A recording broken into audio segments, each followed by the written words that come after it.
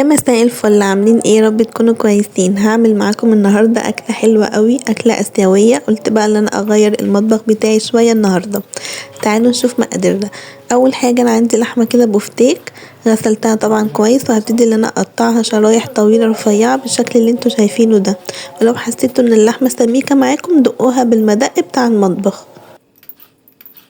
قطعت بقى الكمية اللي انا عايزاها، وهبتدي ان انا افرطها كده من بعضها، ولو في اي حاجة ماسكة حاولي ان انتي تفرطيها. حبيت النهاردة ان انا اطلع من المطبخ المصري وادخل على المطبخ الاسيوي باكلة سهلة جدا وبسيطة، وبجد هتعجبكم جدا. جبت بقى البولة وحطيت فيها اللحمة، وهبتدي احط فيها 3 معالق كبار من الصويا صوص.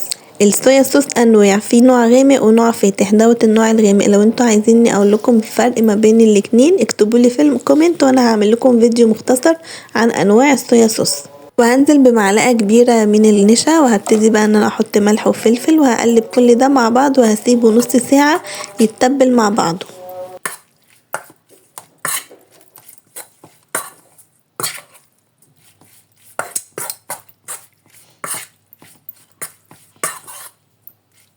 وعلى ما اللحمة تتبل هاخد بقى الخضار اللي معايا، بصل وجزر وفلفل، وهبتدي ان انا اقطعه شرايح بالشكل اللي انتوا شايفينه ده. حاولي على قد ما تقدري انك تقطعي الخضار قطع رفيعة. حاولي على قد ما تقدري انك تتعلمي اكلات واكلات جديدة، حاولي انك تغيري من نفسك وتتعلمي.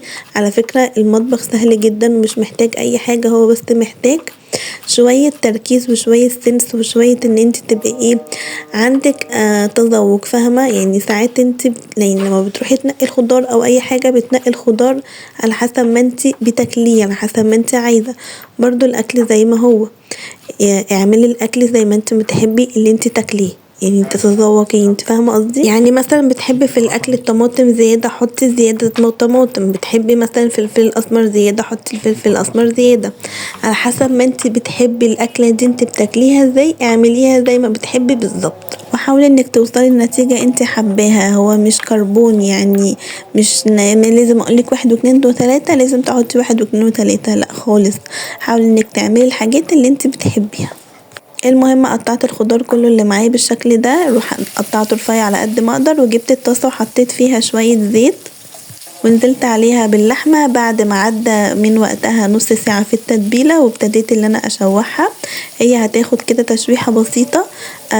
بحاول على قد ما اقدر ان انا اسلكها هو وانا بقلبها. لو حسيتي ان في لحمة بتلزق في بعضها حاولي انك تسلكيها كده وانت بتقلبيها، لان ده طبيعي، لان احنا حاطين فيها نشا عادي، علشان احنا حاطين نشا فممكن تلزق في بعضها.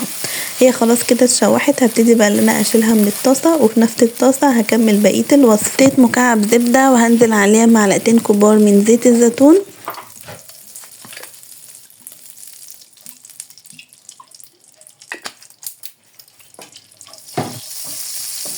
وهنزل بالخضار اللي احنا مقطعينه، وهبتدي ان انا اشوح الخضار كده مع بعض. واول ما تحسي ان الخضار هيدبل تحطي فصين توم مفرومين وجنزبيل فريش برضو مفرومين.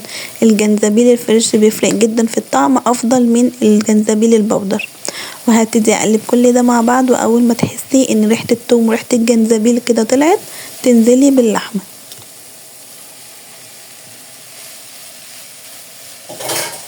عايزة اقول لكم ان الالوان والريحة بجد خطيرة خطيرة خطيرة، يعني بجد الله يكون في عون كل واحدة تدخل المطبخ وتطبخ وهي صايمة. عايزة اقول لكم بجد ان ريحتها حلوة قوي، وانا لحد دلوقتي متفائلة.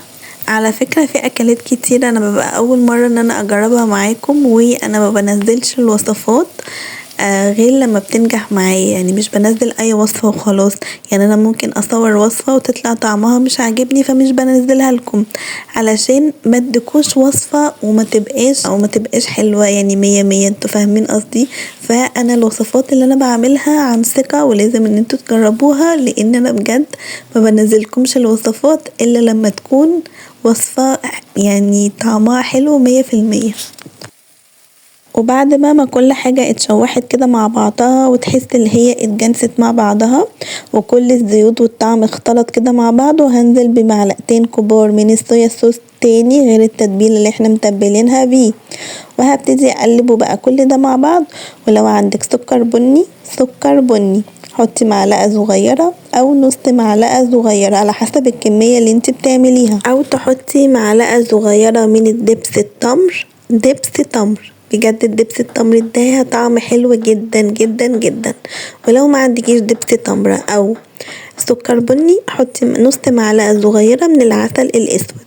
انا حطيت بصراحة دبس تمر وكان طعمها خطير، وانتظروا مني بجد الفترة اللي جاية دي هعمل لكم وصفات كتيرة من دبس التمر، وبجد بتبقى طعمها تحفة تحفة تحفة. ونزلت عليها بربع فنجان من المية، وهبتدي بقى انا اقلب كل ده مع بعض، وهسيبها اللي هي تشرب ميتها، بس المية بتاعتها تنقص وتتقل كده معانا، وبس كده هي خلاص تكون استوت. وعملت جنبها رز ابيض، ولو عايزة تعملي معاها مكرونة برضو براحتك، بس انا حبيت اللي انا اعملها هاكلها بالرز الابيض. عايزة اقولكم بجد ان ريحتها خطيرة، ودي من اكتر الوصفات اصلا وانا بعملها كنت خايفة تطلع مش كويسة، مش طعمها حلو يعني، بس بجد ابهرتني بطعمها وطلعت طعمها خطير. واخر حاجة بقى خالص هرش عليها من فوق الوش كده رشة سمسم متحمص، وبس كده تكون جهزت معانا. وعملت جنبها شوربة كريمة ورز ابيض، وبس كده. كان نفسي اعمل سلطة اسيوية بس كان في مقادير ناقصة، وانتظروا مني الفترة اللي جاية بقى اكلات اسيوية كتير قوي. ولو عجبتكم الوصفة ما تنسوش اللايك واشتراك في القناة، وتكتبوا لي كومنت حلو منكم يشجعني ان انا انزل فيديوهات اكتر الفترة الجاية. باي باي.